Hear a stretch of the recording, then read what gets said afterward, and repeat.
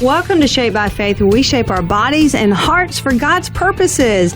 I am so excited about my guest today, Brenda Walker. She formed the nonprofit Graced Again Ministry, and you're going to hear all about it today. This organization exists to provide individuals graduating from shelter programs with furnishings for their new home. I think that is so amazing, Brenda. Welcome to Shape by Faith. Thank you, Theresa, for inviting me. Absolutely. Our mutual friend, Randy Lanham, said, hey, you need to connect with Brenda. God has given her this amazing ministry, and you need to hear about it. And so I'm so glad that there was a God connection between us. I know we've not met in person, but I feel like we know each other by the Spirit of the Lord. And again, I'm so thankful you're here. Now, Brenda, you are a retired teacher and a guidance counselor from Country Heights Elementary. Is that right? Yes, ma'am. Okay, so tell us why you went into the teaching profession and how many years you taught and were a counselor. Well, I fell in love with teaching and with school in general in first grade. I had a wonderful first grade teacher, and I was also blessed with an older sister who was in college at the time. There's a little age span there, studying to be a teacher. So, I had education at home and education at school, and I loved it. And really, the seeds were planted then, and I kind of followed in my sister's footsteps, I guess, too. But we have several teachers in the family, and I've always, whatever I did in life, I wanted to be, with children or with youth, and it was just a natural fit. And that's one of those giftings that God gives you, and how amazing. It's also amazing that you had a great first grade teacher. I think that's so important. We can think about the different teachers we've had if we look back, or the different coaches or mentors, and it's that one teacher that stands out that gives us that encouragement that we need. And I believe God places those people in our path, to kind of keep us on that journey where we're supposed to go. So what did you enjoy most about your time as a teacher and a counselor? I think what I enjoyed the most was the relationships that were formed, and a lot of those continue today. I started at Philpott Elementary School, and I was there 5 years as a teacher, and then when Country Heights opened, I went there and was a teacher for 10 more years, and then became the school counselor for 16 years. Oh, wow. So a total of 31 years invested there, and lots of wonderful memories, lots of beautiful relationships that continue today. In fact, some of those kids are helping me with Graced Again. Oh, wow, that's amazing. Mm-hmm. And you had to have made an impact on their lives, but as we impact others and bless others, they also in turn bless us. And it sounds like that's what's going on with your students. So I just wanted to discuss briefly with you, maybe what are some of the major changes or shifts that you have personally seen take place in the schools from the time you began to the time you ended to now? Back when I first started teaching, I think things were, of course, a lot more relaxed. We were able to be more flexible. If something special came up, we could go after it on that day. Now there are so many more state mandates and federal regulations and rules that have to be followed, and I can't imagine. My prayers are with the teachers going back into schools whenever schools open again, because they have a whole new set of rules to play by now with social distancing and all of the other criteria for having, school.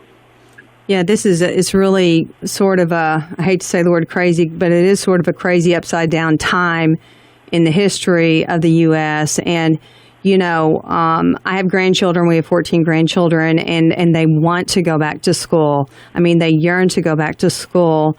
And I think as people, we are God's people, we should constantly be in prayer, for God's will to be done, and to pray, like you said, for the teachers and the staff and the children. They need to get back into the classroom, and that's where they're molded and shaped. And I know there's my other daughter also homeschools, and I have a daughter that teaches, and then I have a daughter that teaches homeschool. And they both, feel the importance of that child being taught by someone who cares about them, someone that's passionate about this child learning. So obviously the pandemic has affected the schools and the students and the staff. So our prayer as Christians is to pray that they get to go back and that God's will be done. Now, when you were a school counselor, you sponsored a group called Club Pride. So I want you to tell our listeners about that. We, at that point in my career, Philpott Elementary School closed, and the children from that school moved to Country Heights. And the children who were fifth graders that year were only going to be there 1 year before they moved to middle school. And so naturally they didn't feel ownership in Country Heights. It was not their school. Philpott was their school. And so I was looking for something that would help them feel, connected to Country Heights and a part of our school and their school. And so I had been toying with the idea of a service club for a long time.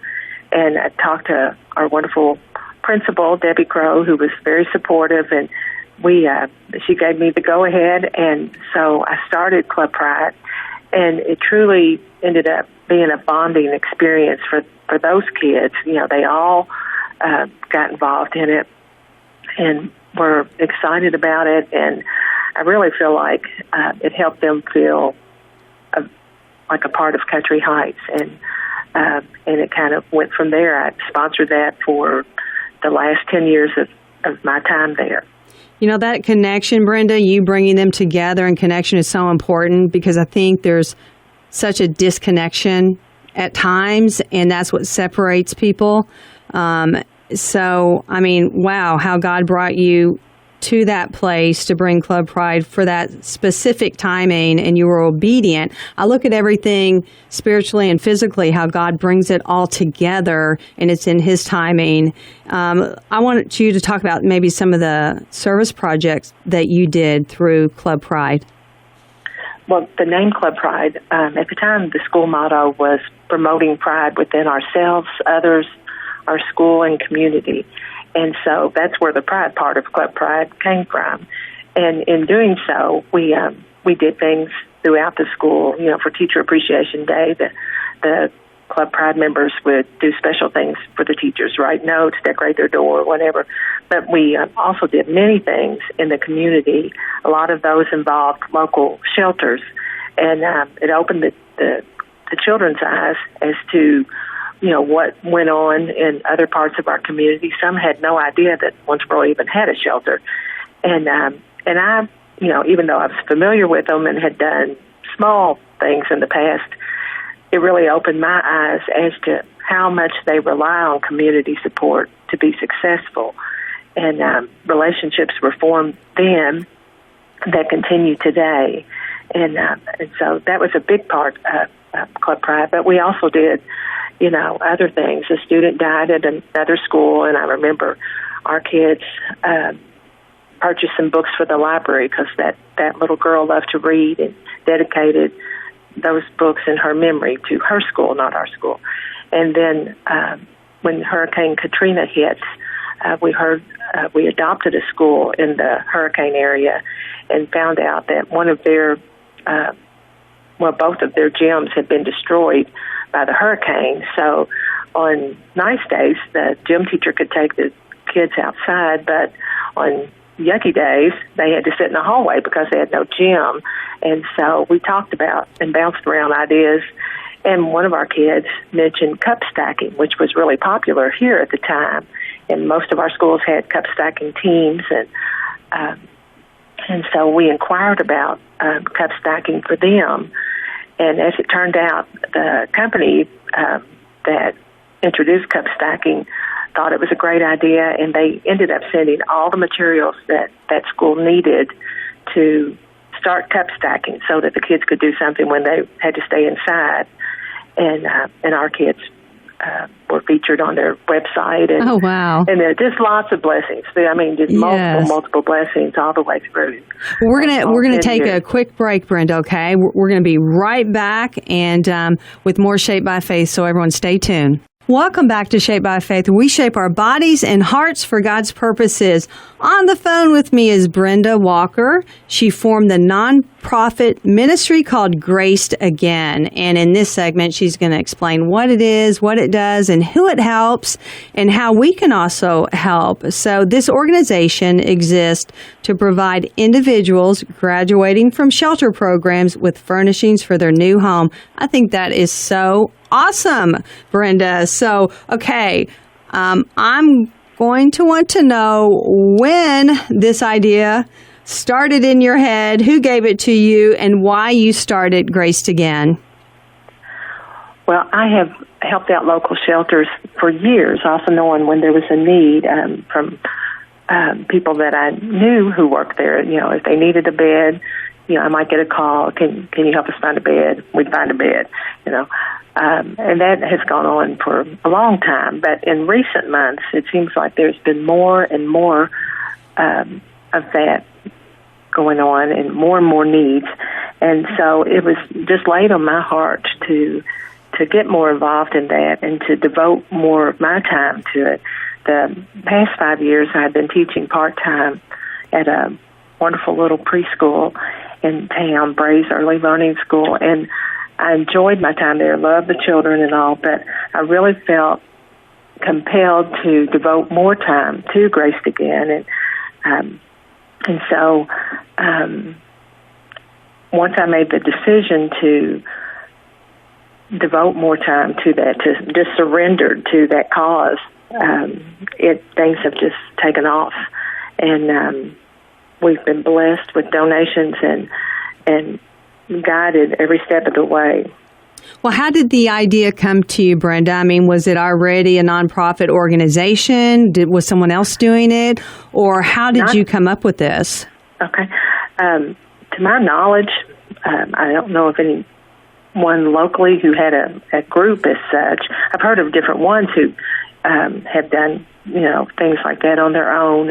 But really when those first few weeks at home during the pandemic, I spent a lot of time thinking about a lot of the people I come to know through the shelters, and I worried about them being able to social distance, you know, and not having homes to reside in, and what was going to happen to them. And I'm worried about the survival of the shelters, you know, how they were going to survive, you know, when others were struggling financially. Even more people were and out of work.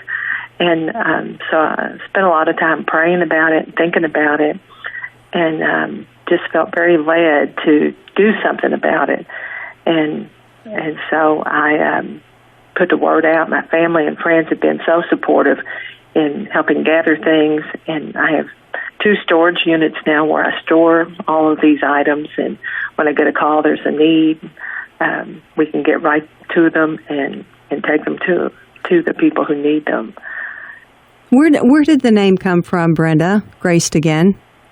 Well, I felt in thinking about it and praying about it, I felt that most of us have been graced with all that we need and a lot of what we want in life. And, you know, when we're ready to redecorate or upgrade or whatever, we have the opportunity to grace someone else with what we're discarding. And that's where the name came from, Graced Again. Once given, twice graced is kind of the heart of what we do. I love that. So, you know, obviously you want gently used things or even newer things that people have not used. And so can you name some of the common needs as far as what you're needing so you can bless others, you know, who are making that transition? Well, furniture-wise, we're always in need of beds. You know, couches or chairs are, of course, nice to have, too. Small tables, because so many apartments may not have overhead lights, so they have to rely on lamps. Right. And lamps are important, but just small things that we take for granted and use every day, like can openers or a bathroom trash can, you know, towels. One of the biggest needs, it seems like, and something we have a hard time finding at times, silverware. Oh, okay. And we have pots and pans, dishes. We try to give them what they need to start over. And these folks who receive these items are so appreciative and so encouraged.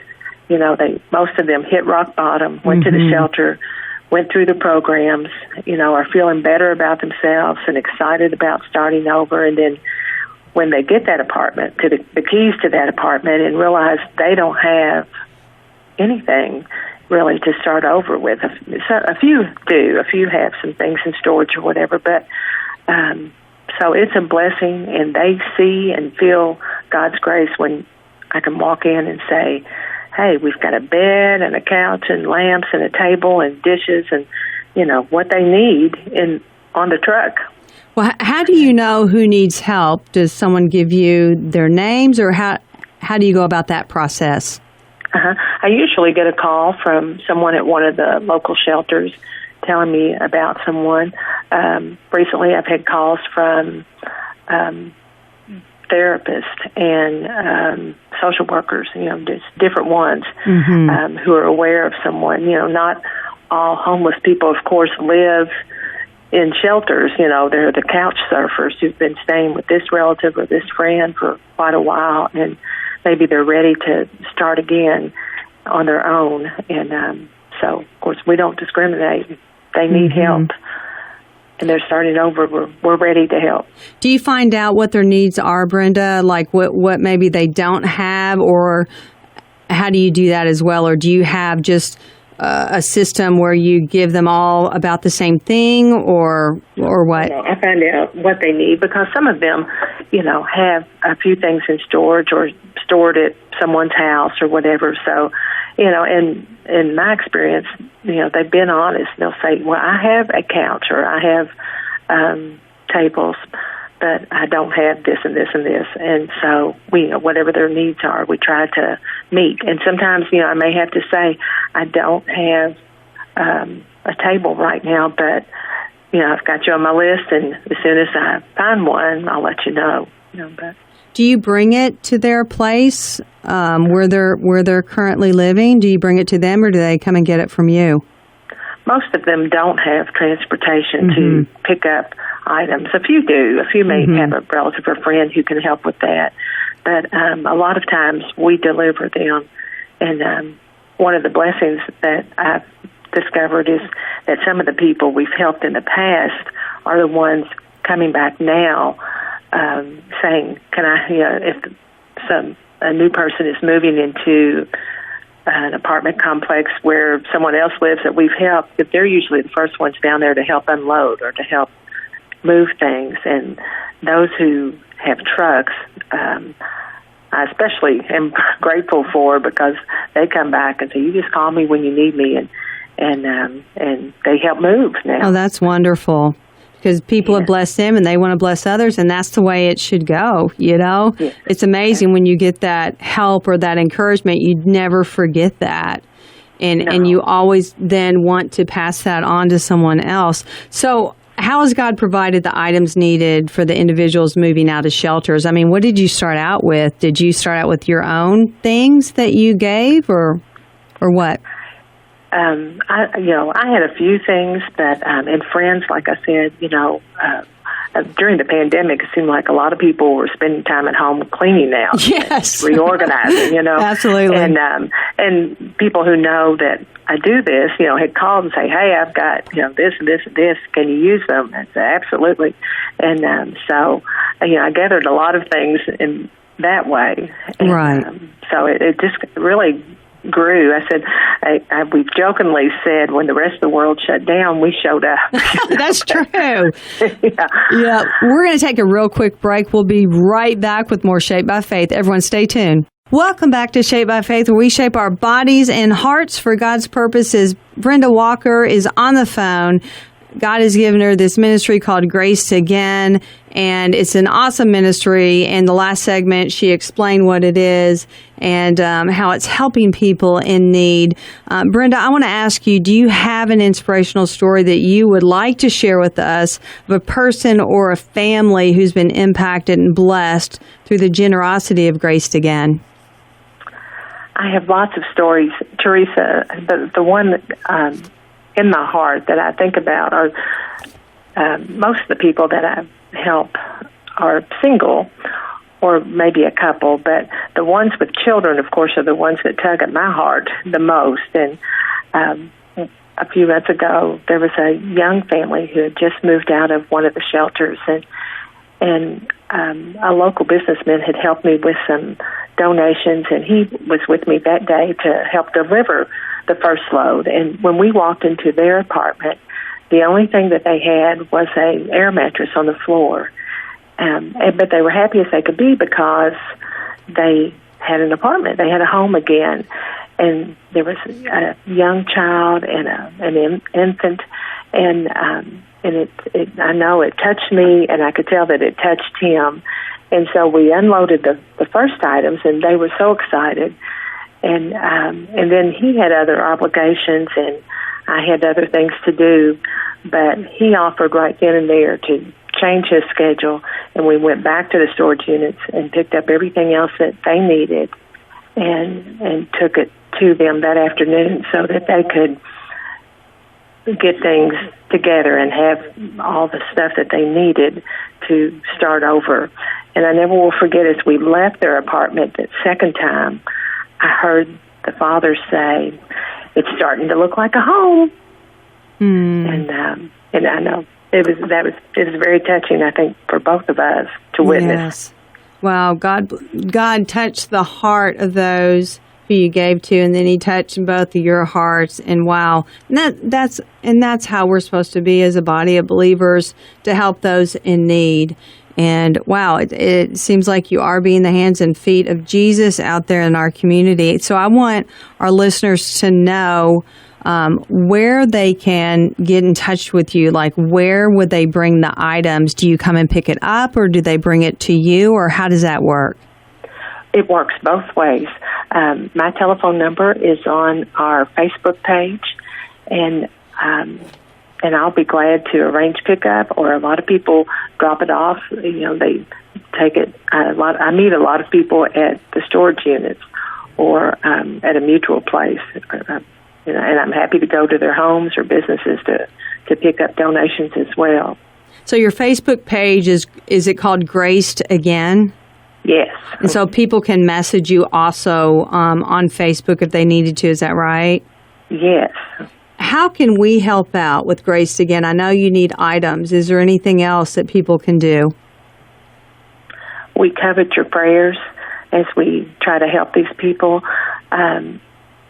I feel God's hand all over this ministry, and I think a lot of the people that we help, even though they may not have a relationship with God, feel that as well. So oftentimes they ask me about Graced Again and how it started, and they're humbled by what they've received, and a lot of times they want to know more, and that's just an opening to introduce them, if they don't already know, about His grace, and to plant some seeds. Absolutely. Brenda, I've so enjoyed our conversation. I really appreciate you coming on as my guest today.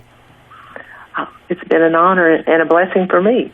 And thank you all that are out there listening, and help out Brenda with Graced Again. Everyone have a blessed day. Bye.